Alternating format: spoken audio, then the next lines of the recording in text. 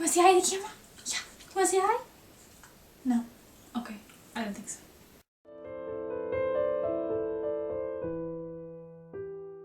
When I first started this channel, I mentioned that I not only enjoyed YA books, action adventure, and contemporary, I also really enjoyed the classics. So I decided that today I'm going to dedicate this video to the classics. I found what is called the Jane Austen Tag.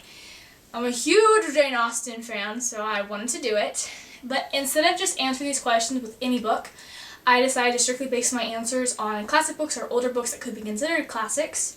So if you don't really enjoy classics, or not your style, you've never cared for them, this may not be the video for you. However, if you do enjoy the classics and think there's a lot to be learned for them, I think you'll enjoy this video. So, let's get started. The first question deals with Sense and Sensibility by Jane Austen, and that question is a book with a dynamic sibling relationship. One book came to mind when I saw this question, and that was Little Women by Louisa May Alcott. This is probably one of the most well-known classics. It deals with some very important topics, and it also deals with siblings. The book is about the four March sisters, Meg, Jo, Beth, and Amy. It takes place during the Civil War, and this book was actually based on the author's real-life kind of relationship with her sisters, and it definitely deals with how siblings get along, how they don't get along. In the end, the girls do all love each other, but there are days when they cannot stand one another, and that is kind of what family is like. This book is a beautiful picture of family and getting along and having to learn from your mistakes, and it definitely deals with a dynamic sibling relationship with four girls. The next Jane Austen book this question is based off of is Pride and Prejudice, probably one of Jane Austen's most known works.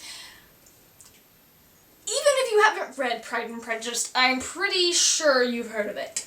The question that went with this book is a book that did not seem interesting at first. Side note, if you didn't know, Pride and Prejudice's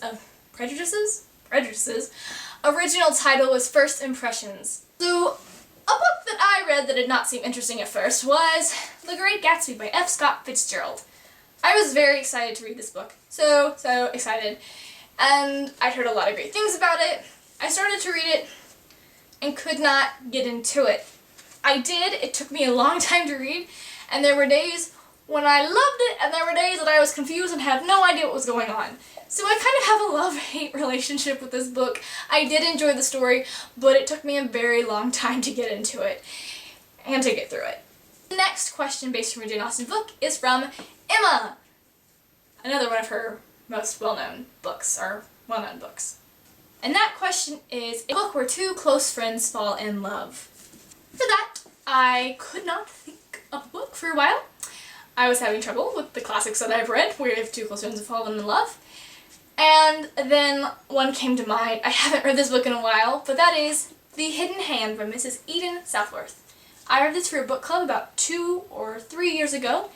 It is very interesting. It is kind of what they call a gothic novel, which deals with murder mysteries and romance, and it's not quite as over the top as some, but during the time period that it was written, it was very popular because it dealt more of a darker tone. And the two characters in this book are Capitola and Herbert. They start out being very close friends, and eventually, in the end, they do fall in love. I thought the relationship was handled very well. I called it from like the very beginning. I was like, they better get together, and sure enough they did, but they were friends before they fell in love. The next book is Mansfield Park, and this is not necessarily one of Jane Austen's most known works. It is still a very good story, and the question that goes with this book is a rags to riches storyline. For a book that deals with rags to riches, the one that came to my mind was Great Expectations by Charles Dickens. Pip is an orphan who lives with his sister and his brother-in-law, and he is mysteriously given a large sum of money, but he doesn't know who gave it to him. But the book deals with how the money affects him and what he does with it, and kind of him as a character growing and finding out things about the world. So yes, it definitely deals with the rags to riches storyline. The next book is Persuasion by Jane Austen. And this asks the question, a book that deals with second chances. I don't have a nice copy of this book. I only have a really old one, or ones I should say, since it's in 2 volumes, and that is Les Miserables by Victor Hugo. I got these at like a used bookstore for really cheap each, but they're really old, very delicate, and it's volume 1 and volume 2, and they're really cute.